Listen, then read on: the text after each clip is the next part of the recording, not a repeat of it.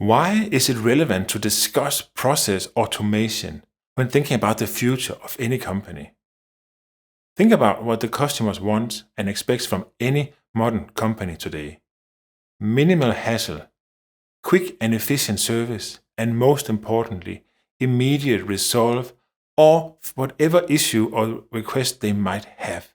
If your operations are running suboptimal, chances are you won't be able to deliver on your customers' expectations simply because your internal operations are too cumbersome, inefficient, and slow. Welcome to a few important minutes on process automation. I'd like to talk about surgical process optimization. One of the main barriers for proper process automation and optimization today is the organization's capabilities to actually get the changes identified and implemented. This happens because most change programs are simply laid out way too big. The typical way of thinking is, if we're going to do this, we're going to do this for everything, and that simply does not work. Few companies, if any, can handle large-scale transformation programs. This is why more than 2/3 of all transformations fail. So when approaching change and process improvements, you need to be very careful about the scope and reach of your program, simply just to ensure it will be a success. The concept of surgical process automation is about pinpointing isolated areas of pain, processes, and workflow that are painful for the customers or your company. You will most probably have many painful areas in and around your company operations. But when you're looking where to start, try to eliminate the ones that crosses many different business units or teams.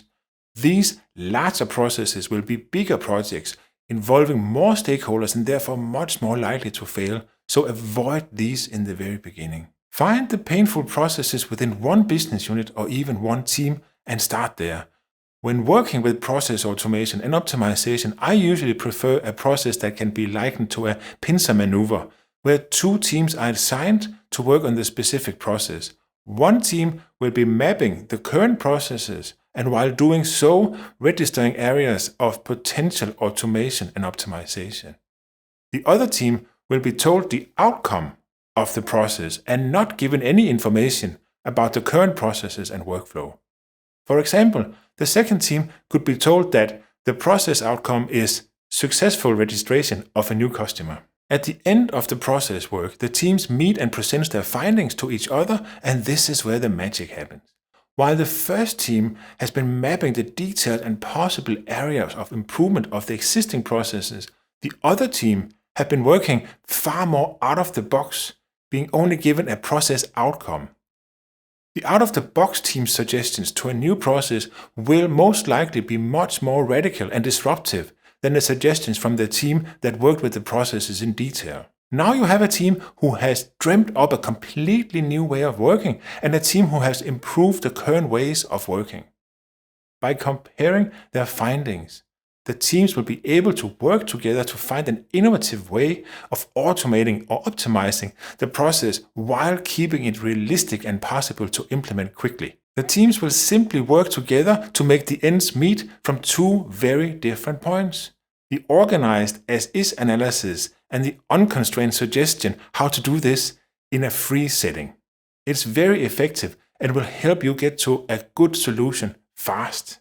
It's a good idea to begin with processes that have a measurable outcome. For example, number of applications handled per day per employee, so you have a clear measure of the success.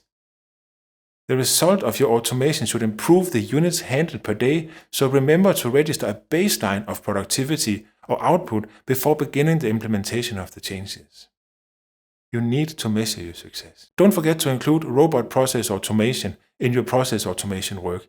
There will be many processes that will be difficult or expensive to automate if you're going to do it through your existing legacy systems. But at the same time, there will be many of your processes that are repeatable tasks where robot process automation can be used to free up resources and significantly speed up the handling times. Good luck with your surgical automation. Thanks for watching and goodbye.